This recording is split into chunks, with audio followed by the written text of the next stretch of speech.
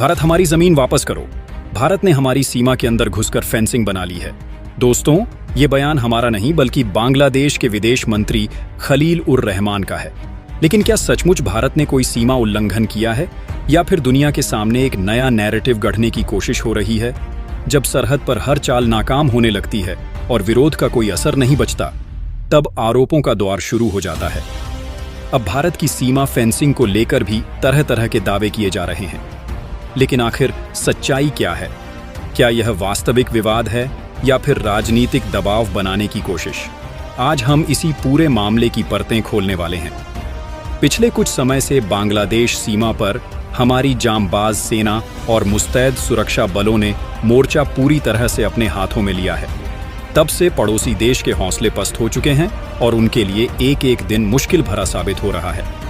लेकिन इसी बीच कूटनीतिक गलियारों से एक ऐसी सनसनीखेज और बेहद बड़ी खबर आ रही है जिसने पूरी दुनिया के नीति निर्माताओं को हैरान कर दिया है। कल पड़ोसी देश के विदेश मंत्री खलील उर रहमान ने एक बेहद जल्दबाजी में बुलाई गई प्रेस कॉन्फ्रेंस में पूरी दुनिया के सामने एक ऐसा मनगढ़ंत और विवादित बयान दे दिया जिससे अंतर्राष्ट्रीय मीडिया में हड़कंप मच गया है। आरोप यह भी लगाया जा रहा है कि भारतीय दल सीमा क्षेत्र में निर्धारित रेखा से लगभग 6 किमी से अधिक अंदर तक पहुंच चुके हैं और वहां कंटीले तारों की फेंसिंग का कार्य तेजी से आगे बढ़ा रहे हैं। सिर्फ इतना ही नहीं, उन्होंने रोते हुए यह आरोप भी लगाया कि जब उनकी तरफ के कुछ असामाजिक तत्व या एजेंसियां इसका विरोध करने की जरूरत करती हैं, तो भारतीय जवान उन्हें ऑन द स्पॉट पकड़कर अपने साथ ले जा रहे हैं। अब हालत यह है कि अपनी जमीन पर अवैध धंधे और घुसपैठ का रास्ता बंद होता देख कभी अमेरिका के दरवाजे खटखटा रहा है, तो कभी संयुक्त राष्ट्र यानी यूएन में इस मुद्दे पर भारत के खिलाफ प्रस्ताव पास कराने की जुगत में लगा हुआ है। और जैसा कि आप जानते हैं, चीन और पाकिस्तान जैसी भारत विरोधी ताकतें पहले से ही बांग्लादेश का खुलकर समर्थन करने और इस विवाद को और भड़काने के लिए तैयार बैठी हैं। इसके बाद अब इस मामले को लेकर संयुक्त राष्ट्र में आपातकालीन बैठक की मांग किए जाने की खबरें भी सामने आ रही हैं। लेकिन इस पूरे घटनाक्रम का सबसे दिलचस्प मोड़ यह है कि इस कूटनीतिक विवाद को संभालने के लिए भारत के विदेश मंत्री एस जयशंकर इस मामले की कमान अपने हाथों में ले चुके हैं।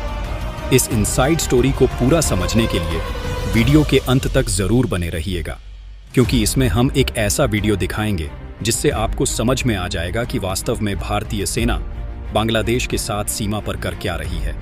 अंदरूनी सूत्रों से मिली बेहद पक्की खबर के मुताबिक संयुक्त राष्ट्र में शिकायत दर्ज कराने के तुरंत बाद वहां के विदेश मंत्री ने हमारे विदेश मंत्री एस जयशंकर से बैक चैनल संपर्क साधा।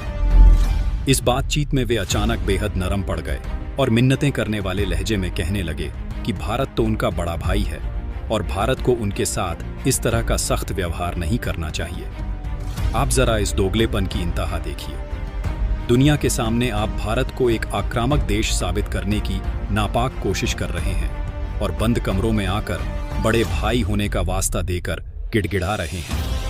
यह वही पुरानी और घिसी-पटी दोहरी नीति है जहां एक तरफ आप पीठ पीछे धोखा देकर दुनिया भर से लॉबिंग करते हैं और दूसरी तरफ सामने आकर मजबूरी का रोना रोते हैं। लेकिन वे शायद यह भूल गए कि आज का भारत कूटनीति के इन पुराने और खोखले पैंथरों को बहुत अच्छी तरह समझता है। या फिर यह भारत के चक्रव्यूह में फंसने के बाद उनका एक बहुत बड़ा कूटनीतिक प्रपंच है।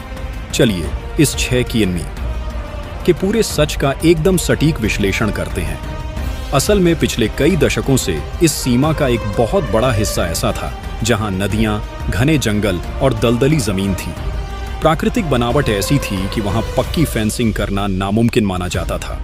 इसी डीली व्यवस्था का फायदा उठाकर सीमा पार के सिंडिकेट्स घुस बैठिए और वहां की कुछ खास एजेंसियां भारत की जमीन का इस्तेमाल अपने अवैध मंसूबों के लिए करती थीं। वे भारत की सीमा के काफी अंदर तक आकर अपने ठिकाने बना चुके थे और इसे अपनी जागीर समझने लगे थे। लेकिन पिछले कुछ समय में हमारी सेना और बॉर्डर सिक्योरिटी ग्रिड ने इस पूरे गणित को हमेशा के लिए बदल कर रख दिया। भारत सरकार ने आधुनिक इंजीनियरिंग और हाईटेक जियो मैपिंग तकनीक का इस्तेमाल करके एक इंच जमीन का सटीक नाप लिया। इसके बाद हमारी सेना ने उन सभी दुर्गम और नदी वाले इलाकों में भी वाटरप्रूफ और अभेद्य कटीले तारों का काम युद्ध स्तर पर शुरू कर दिया।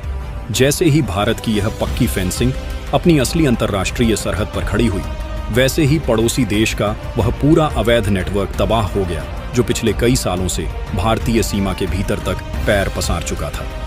उनके लिए यह बहुत बड़ा झटका था, क्योंकि जो इलाका कल तक उनके अवैध कब्जे में था वह हमेशा के लिए बंद हो गया। इसी बौखलाहट में वे अपनी जनता और दुनिया को यह पट्टी पढ़ा रहे हैं कि भारत उनकी 6 किलोमीटर अंदर की जमीन पर कब्जा कर रहा है, जबकि सच यह है कि भारत ने सिर्फ अपनी ही जमीन से उनके नाजायज पैर उखाड़े हैं। यही वजह है कि आज बांग्लादेश कूटनीतिक मोर्चे पर पूरी तरह घुटनों पर आ चुका है। उसे समझ आ गया है कि भारत का यह नया सुरक्षा घेरा इतना पक्का और आधुनिक है कि अब इसके पार जाना या भारत की संप्रभुता को चुनौती देना उनके बस की बात नहीं है। पिछले कई सालों से इस 6 किलोमीटर के दायरे में जो ढीली सुरक्षा व्यवस्था थी, उसका फायदा उठाकर अंतर्राष्ट्रीय तस्कर और देश विरोधी तत्व एक बहुत बड़ा नेटवर्क चला रहे थे। इस सिंडिकेट को सीमा पार की कुछ बड़ी कूटनीतिक और खुफिया एजेंसियों का मूक समर्थन हासिल था।